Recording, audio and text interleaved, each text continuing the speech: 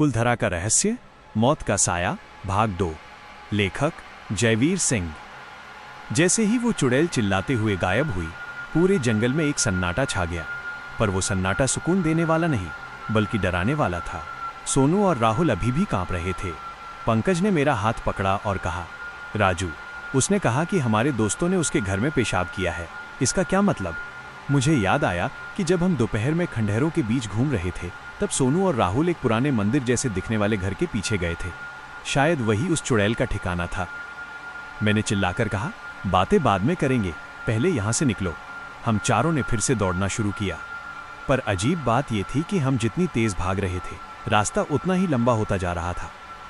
ऐसा लग रहा था जैसे हम एक ही जगह पर गोल गोल घूम रहे हैं। तभी अचानक राहुल रुक गया।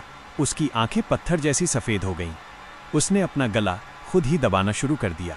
पंकज उसे बचाने के लिए झपटा, पर राहुल में इतनी ताकत आ गई थी कि उसने पंकज को एक हाथ से उठाकर दूर फेंक दिया। राहुल के मुंह से वही चुड़ैल की आवाज निकली, मैंने कहा था ना, महादेव हर जगह नहीं आएंगे, ये जमीन मेरी है। सोनू डर के मारे जमीन पर गिर पड़ा। मैंने देखा कि राहुल के पैर धीरे धीरे जमीन से ऊपर उठ रहे थे। मैंने तुरंत अपना महादेव वाला लॉकेट निकाला और हवा में लहराते हुए ओम नमः शिवाय का जाप करने लगा। जैसे ही लॉकेट की रोशनी राहुल पर पड़ी, वो जोर से चीखा और बेहोश होकर गिर गया।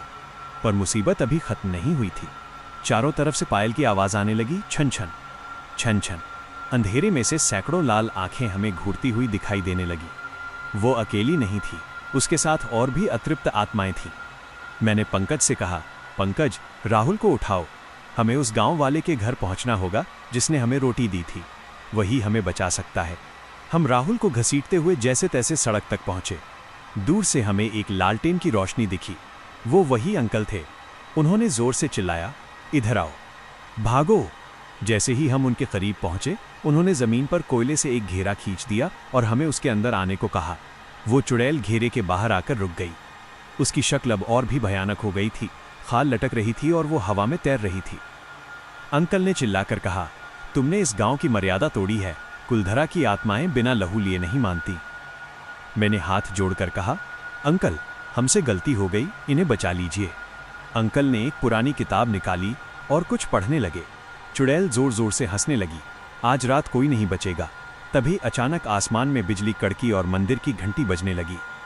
क्या अंकल के मंत्र उन चारों दोस्तों को बचा पाएंगे? क्या राहुल और सोनू उस श्राप से मुक्त हो पाएंगे? या फिर उस रात कुलधरा में 4 नई कब्रें और बन जाएंगी? जानने के लिए इंतजार करें अगले भाग का। लेखक जयवीर सिंह। कुलधरा का महासंग्राम, अंतिम अध्याय। लेखक जयवीर सिंह। सन्नाटा इतना गहरा था कि हमें अपनी धड़कनें साफ सुनाई दे रही थीं। अंकल ने जो घेरा खींचा था, उसके बाहर वो चुड़ैल हवा में लटकी हमें घूर रही थी। उसकी आंखें कोयले की तरह काली थीं, लेकिन उनमें से एक अजीब सी लाल चमक निकल रही थी। अंकल ने चिल्लाकर कहा, राजू, ये साधारण प्रेतनी नहीं है।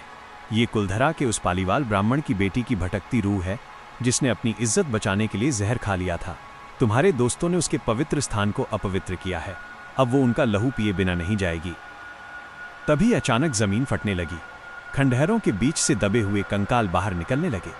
पंकज और सोनू एक दूसरे से चिपक कर रोने लगे। राहुल अभी भी बेहोश था, लेकिन उसका शरीर नीला पड़ रहा था। मैंने महादेव का लॉकेट हाथ में कसकर पकड़ा और चिल्लाया, अंकल, कोई तो रास्ता होगा। क्या हम सब यहीं मारे जाएंगे? अंकल ने अपनी पुरानी किताब के पन्ने पलटे और कहा, एक ही रास्ता है। कुलधरा के बीचों बीच एक प्राचीन शिव मंदिर है जो आधा जमीन में धंसा हुआ है। अगर तुम सूर्योदय से पहले वहां पहुंचकर इस लॉकेट को शिवलिंग पर छुआ दो, तो इस पूरे गांव का श्राप शांत हो जाएगा। लेकिन याद रखना, वो तुम्हें वहां पहुंचने नहीं देगी। मैंने अपने दोस्तों की तरफ देखा। पंकज की आंखों में खौफ था, सोनू कांप रहा था और राहुल की सांसें उखड़ रही थी। मैंने तय किया कि मैं इन्हें मरने नहीं दूंगा। मैंने कहा, पंकज, सोनू, राहुल को उठाओ, हमें मंदिर जाना होगा। जैसे ही हम घेरे से बाहर निकले, बर्फीली हवा का एक झोंका हमें पीछे धकेलने लगा। वो चुड़ैल जोर से हंसी। उसकी हंसी पहाड़ियों में गूंज रही थी। कहाँ जाओगे? यहाँ की हर ईंट मेरी गुलाम है। अचानक पुराने टूटे हुए मकानों के पत्थर अपने आप हवा में उड़ने लगे और हमारी तरफ आने लगे। हमने दौड़ना शुरू किया। रास्ते में हमें डरावनी आवाजें सुनाई दे रही थीं।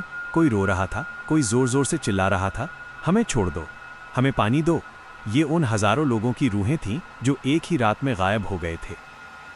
तभी सोनू अचानक रुक गया। उसने सड़क के किनारे पड़ी एक पुरानी गुड़िया उठा ली। उसकी आंखें फिर से अजीब होने लगीं। देखो राजू, ये मेरी बहन है। वो एक पत्थर से बात कर रहा था। पंकज ने उसे थप्पड़ मारा। होश में आ सोनू, वो पत्थर है। लेकिन सोनू को कुछ सुनाई नहीं दे रहा था। तभी उस चुड़ैल ने सोनू के गले में अपनी अदृश्य उंगलियां फंसा दी। सोनू हवा में लटकने लगा। उसका दम घुट रहा था। मैंने बिना डरे दौड़कर अपना लॉकेट सोनू के सीने से सटा दिया। एक जोरदार बिजली कड़की, धड़ाक। चुड़ैल को एक झटका लगा और वो पीछे गिर गई। सोनू नीचे गिरा और हांफने लगा। हम भागते भागते मंदिर के पास पहुंचे। वो मंदिर आधा मिट्टी में दबा हुआ था और उसके चारों ओर काला धुआं मंडरा रहा था। मंदिर के द्वार पर 2 काले साए खड़े थे जिनके हाथों में कुल्हाड़ी थी। वे इंसान नहीं बल्कि कुलधरा के रक्षक भूत थे। पंकज बोला, राजू, हम अंदर नहीं जा पाएंगे, ये हमें काट देंगे। मैंने आंखें बंद की और महादेव का ध्यान किया। मैंने जोर से नारा लगाया, हर हर महादेव। जैसे ही मैंने ये कहा, मेरे लॉकेट से एक सुनहरी रोशनी निकली जिसने उन सायों को धुएं की तरह उड़ा दिया। हम मंदिर के अंदर घुसे। अंदर का नजारा और भी भयानक था।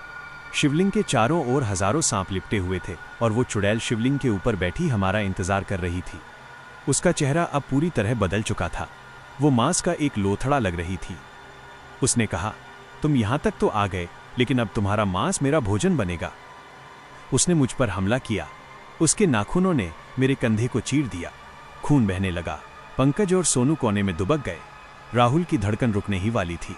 मुझे लगा अब सब खत्म हो गया। तभी मुझे अंकल की बात याद आई। मैंने अपना बहता हुआ खून शिवलिंग पर अर्पित किया और चिल्लाया, हे महाकाल, अपने भक्तों की रक्षा करो, इन बेगुनाहों को बचा लो।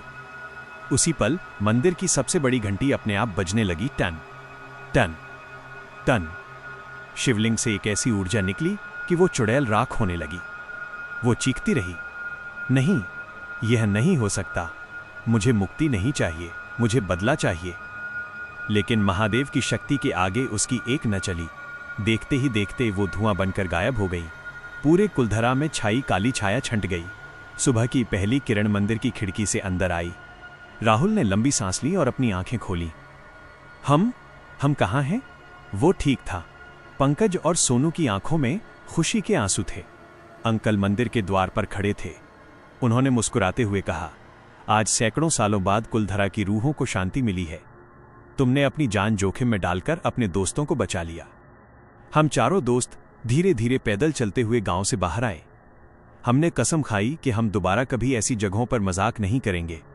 बिहार लौटते समय रास्ते में हम सब चुप थे, पर हमारे दिलों में एक ही नाम था, महादेव। आज भी जब रात को बारिश होती है, मुझे वो पायल की आवाज सुनाई देती है, पर अब मुझे डर नहीं लगता, क्योंकि मुझे पता है कि जब तक मेरे गले में वो लॉकेट है, कोई चुड़ैल मेरा कुछ नहीं बिगाड़ सकती। समाप्त। लेखक जयवीर सिंह।